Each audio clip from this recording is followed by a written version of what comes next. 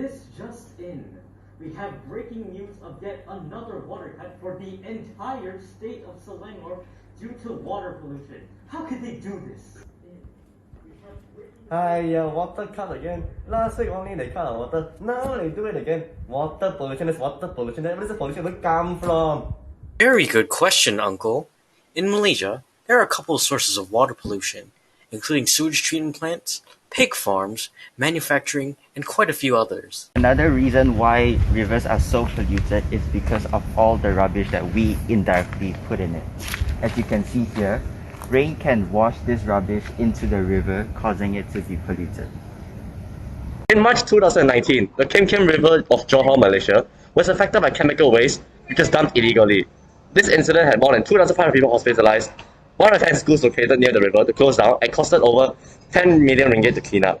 And researchers found that the US spends $4.3 billion a year cleaning up freshwater pollution. It is estimated that from 2011 to 2014, more than 25 million ringgit was used to clean up rivers that were polluted.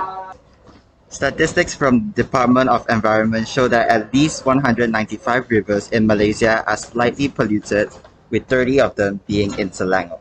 Water pollution will cause a lot of inconveniences to local residents and also impact businesses. Residents are not able to do their daily activities, for example, cooking, doing laundry, and cleaning themselves.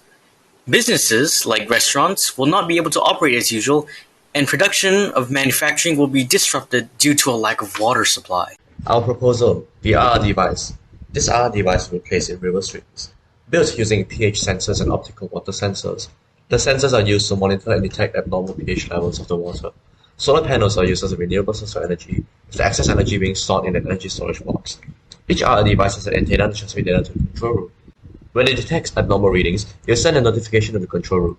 The person in charge of the control center will use a drone to capture live footage of the current situation. If action is needed to be taken, the control center will alert the relevant parties to take immediate action. Our device has several advantages. It is sustainable, very efficient, and requires little workforce. However, the cost of the device can be relatively high and needs maintenance occasionally. Despite it being somewhat high in cost, governments can provide money to help reduce the cost. Apart from our proposed solution, there are other things that should run concurrently to reduce water pollution.